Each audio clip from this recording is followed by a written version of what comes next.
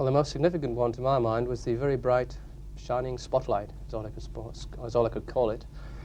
The two larger cylindrical objects appeared somewhat in the manner of, say, a large aircraft passing through a patch of moist air, giving a short, fat condensation trail.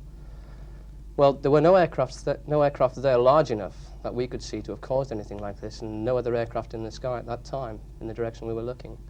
These things it's difficult to estimate their length. I mean, the size of a battleship is being quoted at me, but since it's very difficult to get visual reference in the sky. But say the length of the GPO tower or something like that, and about a quarter as wide as they were long. It appeared cylindrical. I mean, there have been explanations as to the shining lights or reflections off the sun from an underside of an aircraft, but most pilots have seen that sort of thing, and it was far, far brighter than that.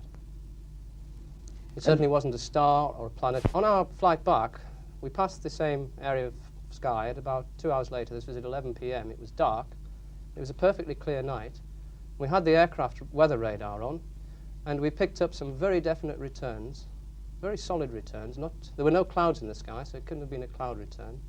And we picked these up at about 20 miles first, and as we flew along our track, we closed with these objects, and we eventually passed them at about 7 miles, and yet we could see absolutely nothing. We had very strong returns on the radar from a distance of 7 miles, which is quite close in flying terms, and we couldn't see anything.